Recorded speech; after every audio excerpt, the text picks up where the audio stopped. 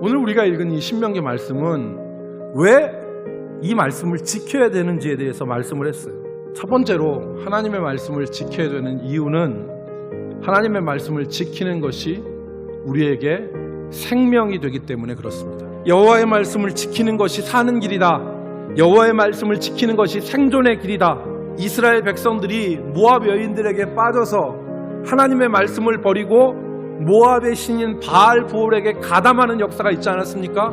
그 일로 연병이 퍼져서 죽었는데 죽은 인원이 24,000명입니다. 그리고 4절에 다시 한번 강력하게 말합니다.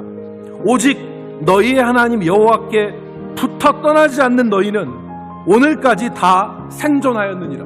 현대인들은 하나님의 말씀을 지키는 것이 어렵고 또 하나님의 말씀을 지키는 것을 그렇게 중요하게 생각하지 않고 신앙생활하는 사람들이 많습니다.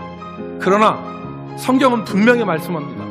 여호와의 말씀을 지켜 행하는 것으로 말미암아 너희가 살리라. 우리의 신앙생활에서 아무것도 일어나지 않는 죽은 것과 같은 신앙생활을 두려워해야 돼요. 말씀을 붙잡고 지켜 행하는 것이 생명입니다. 두 번째, 그 지키는 것이 우리의 삶의 지혜와 지식이 되기 때문에 그렇습니다.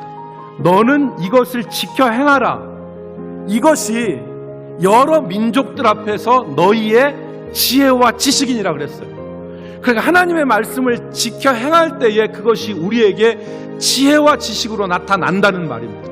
인생을 향하여 수많은 문제들이 도전해 옵니다. 그런데 그 문제들을 풀 수 있는 능력이 바로 지혜와 지식입니다. 지혜와 지식이 부족해서 가면 죽을 길, 가서는 안 될 길, 이런 일들을 선택하기도 합니다. 하나님의 말씀을 행할 때에 이 지혜와 지식이 주어지고 이 지혜와 지식이 인생의 어두운 길을 밝히고 빛내게 하는 것입니다. 하나님을 믿노라 하면서 말씀을 저버리고 자기의 욕심과 욕망을 따라 살아가면 그 사람은 지혜를 얻지 못합니다. 하나님의 말씀을 지킬 때 하나님이 지혜를 주시는 것입니다. 마지막 세 번째, 하나님의 말씀을 지키고 사는 것이 성도에게 주어진 특권이기 때문에 하나님이 약속하신 것을 성취하는 것을 누가 경험하느냐? 말씀을 지켜 행하는 자가 하나님의 약속의 성취를 봅니다. 말씀 지키니까 손해보더라. 말씀 지키는 것이 어렵다.